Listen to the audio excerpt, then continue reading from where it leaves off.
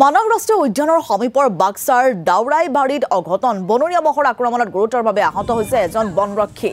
আহত বনৰক্ষীজন মানসৰ বাঁহবাৰী ৰেঞ্জত কৰ্মৰত ফৰেষ্ট বেটেলিয়নৰ জেকেৰুল ইছলাম। আহত জেকেৰুল ইছলামৰ ঘৰ হৈছে কলগাছিয়াত। মানসৰ পৰা ওলাই জনাঞ্চলত প্ৰৱেশ কৰা এটা বনৰীয়া মহক বনাঞ্চলৰে খেদিবলৈ যাওঁতে সংঘটিত হয় এই ঘটনা। আহত জেকেৰুলক উন্নত চিকিৎসাৰ বাবে BMCHলৈ প্ৰেৰণ কৰা হৈছে।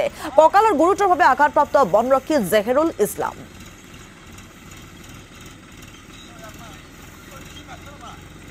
আমি সেই দৃশ্য আপোনালোকক দেখুৱাইছো। মানস ৰাষ্ট্ৰীয় উদ্যানৰ সমীপৰ বাক্সাত এই অঘটন সংঘটিত হৈছে। আক্ৰমণৰ দৃশ্য আমি আপোনালোকক দেখুৱাইছো। বনৰীয়া মহৰীয়া আক্ৰমণ আৰু আক্ৰমণত গুৰুতৰভাৱে এগৰাকী বনৰক্ষী আহত হৈছে। আমি আপোনালোকক দেখুৱাইছো সেই দৃশ্য মানস ৰাষ্ট্ৰীয় উদ্যানৰ সমীপৰ পৰা এই দৃশ্য আমাৰ হাতলৈ আহি পৰিছে। এটা বনৰীয়া মহ আৰু এই বনৰীয়া মহৰ আক্ৰমণত গুৰুতৰভাৱে জেকেৰুল ইছলাম নামৰ এগৰাকী বনকৰ্মী আঘাতপ্ৰাপ্ত হৈছে। আহত জেকেৰুল ইছলামৰ ঘৰ কলগাছিয়াত বুলি জানিব পৰা গৈছে। মানসৰ পৰা ওলাই আহিছিল এই বনৰীয়া মহটো, তাৰ পিছতে অতৰ্কিতে আক্ৰমণ কৰে বনকৰ্মীক। মানে ঘৰৰ মানুহৰ গৃহস্থৰ পৰা মানে পিছফালৰ বাৰীৰ পৰা অকস্মাত মানে ওলাই আহিল মহটো। ওলাই আহি মানে পাথৰীয়া জেগাত মানে সেই আহি তিনিজন আছিল আমাৰ বেটেলিয়ন ল'ৰা।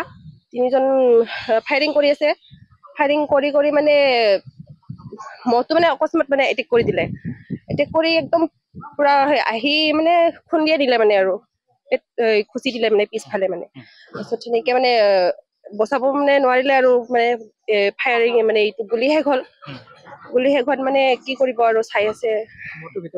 মহটো মানে এটেক কৰিয়ে লগালগ মানে গুচি গ'ল, মানে বেগ হৈ গ'ল।